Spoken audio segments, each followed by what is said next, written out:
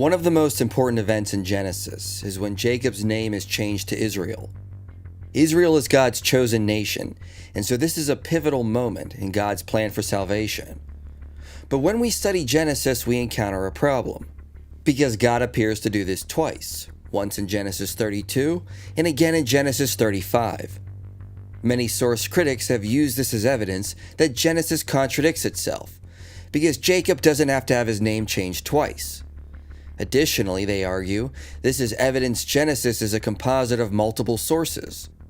Originally, the first account was in what scholars call the E source, and the second was in what scholars call the P source.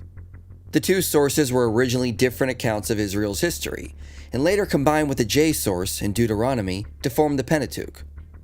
But there are numerous problems with this hypothesis, and when we look closer, we will see the second account actually presupposes the first, and they fit together nicely in a unified narrative called the Jacob cycle. There is no reason to assume this is evidence that Genesis is a composite of multiple sources.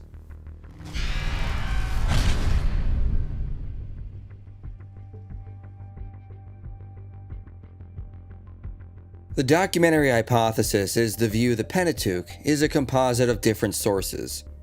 Genesis specifically is said to be a combination of the J, E, and P source. The two accounts of God changing Jacob's name are used as evidence for this.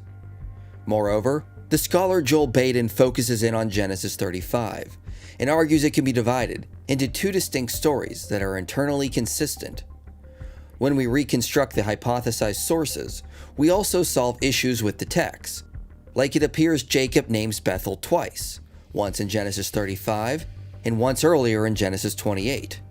It appears Benjamin is born both in Canaan, but also in Paddan Aram. And of course, dividing up the text allows us to solve issues of why Jacob's name changes twice.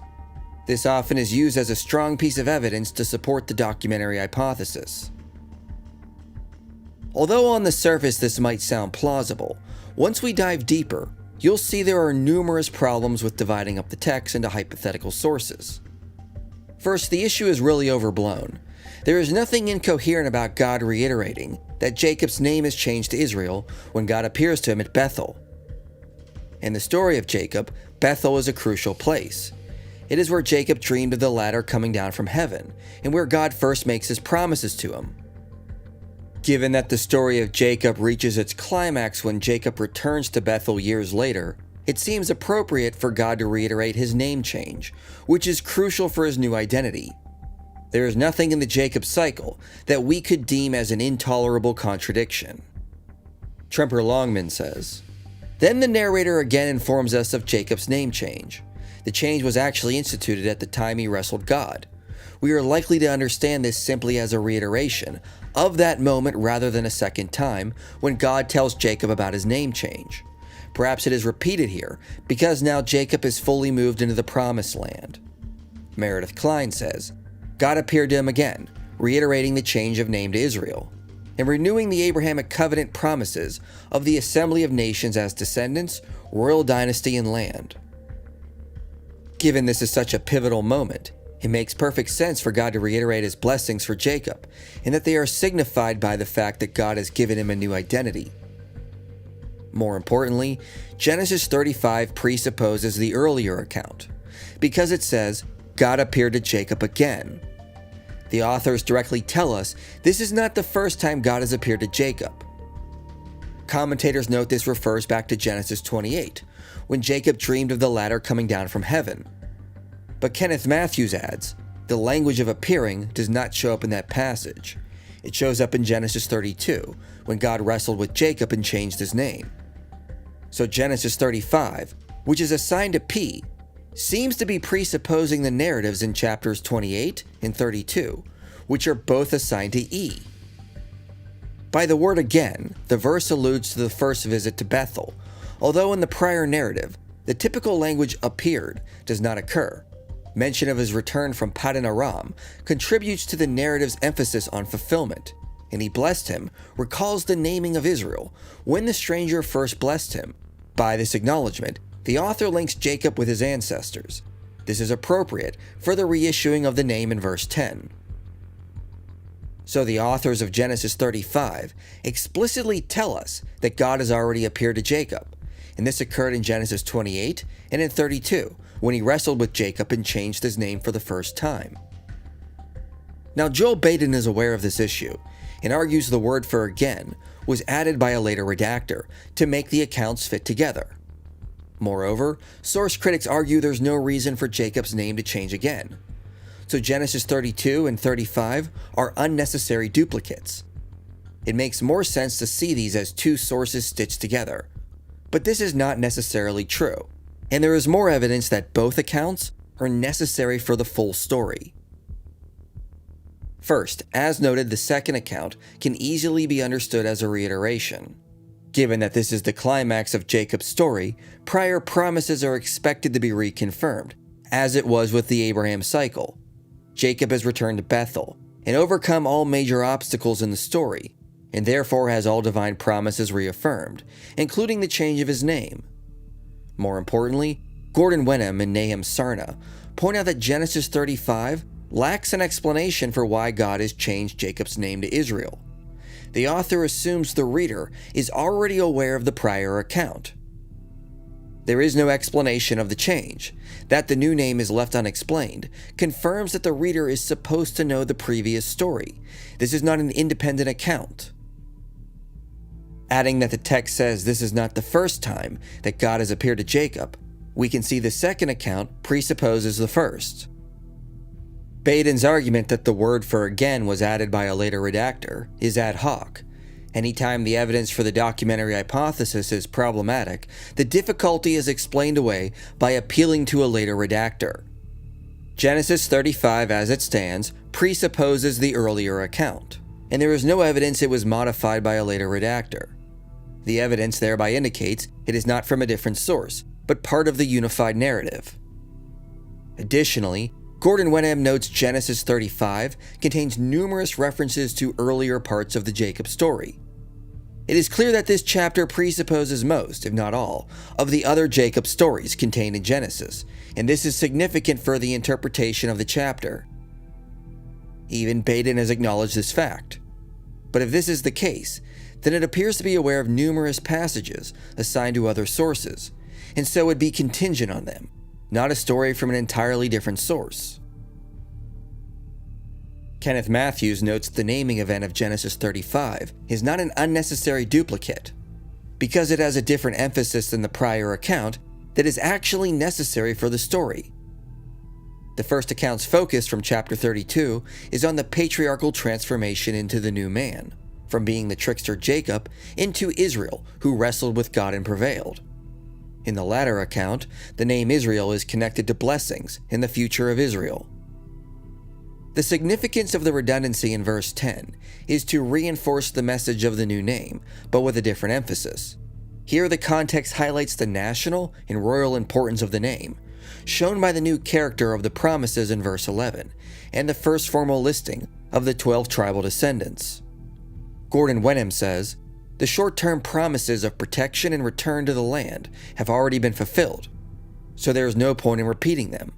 But there is a new feature. The promise of royal descendants is here given for the first time to Jacob, though such a promise has been made to Abraham."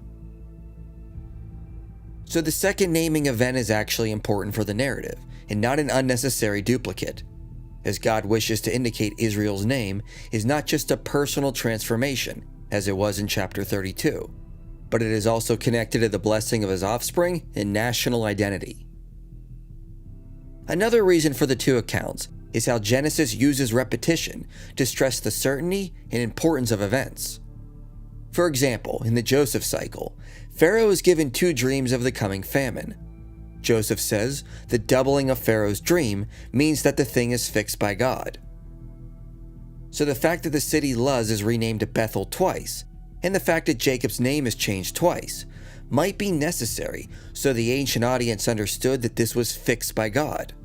Wenham says, repetition is used in Genesis to stress the importance or certainty of events, e.g. the birth of Isaac and the paired dreams in the Joseph story. Here the narrative is emphasizing that the changed name of Bethel shows that God has revealed himself or spoken there. The two accounts of Jacob's name change and Bethel being renamed may therefore indicate that it was fixed by God. Matthew says, "The naming again of Jacob, Israel, and Bethel reinforces the importance of these two pivotal moments in the patriarch's story, reminding us of the giving of the names in conjunction with the revelations at Bethel and Peniel." Also in the chapter, the name Bethel shows up 7 times, which is a sacred number used in scripture. Umberto Cassuto noted the number 7 was often used symbolically to express the importance of something or to indicate God's sovereignty over an event. The repetition around the use of the term Bethel may have been deliberate to arrive at this use of 7. Another interesting aspect that shows Genesis 35 as a unified account is highlighted by Jan P. Fockelman. He notes Genesis 35 1-15 is really 2 sections that run parallel. Commentators have noted, it is odd that in the middle of the account, we see the authors tell us that Rebekah's nurse Deborah has died. It appears to be out of place and could have been left out altogether. But Fockelman notes the authors intentionally created 2 segments that run parallel. Both begin with God speaking to Jacob. The first then denounces the worship of other gods, and the second confirms the supremacy of the God of Israel. Then in both, Jacob establishes a sacred object. In the first, it's an altar, and in the second, a pillar. Then both end in the death of a woman, and their burials are associated with place names. This suggests the account is a unified whole, not 2 different sources stitched together as Baden suggested. Looking beyond chapter 35, Gordon Wenham and Kenneth Matthews note the account parallels the climax of the Abraham cycle. Just as Abraham's 3-day pilgrimage to sacrifice on Mount Moriah climaxed in the most categorical reaffirmation of the promises in his career, so too Jacob's sacred journey is crowned with the strongest statement of the promises that he ever heard, summing up and adding to what has been said to him on earlier occasions. The promises and blessings made at the climax of the Abraham cycle also parallel the blessings made to Israel in Genesis 35. This suggests this is the work of a single author. Both accounts have God commanding the patriarch to go somewhere sacred and require him to build an altar, the naming of the place, God blessing him after a test, God declaring the multiplying of his offspring, and possessing land that is not theirs. The reiterating of Bethel's name change could have been repeated to indicate it was fixed by God, but also included to make it run more parallel to the climax of the Abraham cycle. In fact, Gary Rensburg and Gordon Wenham note the main body of Genesis consists of 3 main cycles about Abraham, Jacob, and Joseph, each beginning with a heading and closing with the description of a death and burial. Wenham notes all follow the same rough outline, beginning with the divine call to journey and obedience, divine promises reaffirmed, the journey, birth of sons, the loss of a wife, the marriage of sons, list of descendants, and the death and burial of a patriarch. Rensburg adds that all 3 cycles make more sense as unified narratives, given they all form unique chiastic structures, with linking material. Both accounts of Jacob's name change are necessary elements in this chiasmus. It would be incredible if this structure came about merely from stitching together different sources. Rensburg and Wenham's work on Genesis indicate we're dealing with a unified narrative, not a patchwork of multiple sources. Finally, given all this, there is no reason to assume Genesis 35 contradicts itself on where Benjamin was born. Since 11 of Jacob's sons were born in Paddan Aram, it is not unusual to summarize in this way. As Matthew says, "Who were born to him in Paddan Aram is not meant to be exact, since Benjamin obviously in this narrative was born in Canaan." Nahum Sarna says, "The reader is expected tacitly to exclude Benjamin, who was not born there." Thus, given the evidence from multiple approaches, there is no reason to assume the 2 accounts of Jacob's name change are evidence that Genesis is a patchwork of different sources. As I said earlier, on the surface the documentary hypothesis sounds plausible, but when we dive deeper and start to see the connections between the passages in question, and the theological reasons for including repetition or reiteration, there is no reason to continue thinking the hypothesis is plausible. It makes more sense to see the bulk of Genesis as a unified narrative composed by a single author, not a patchwork of different sources a later redactor stitched together.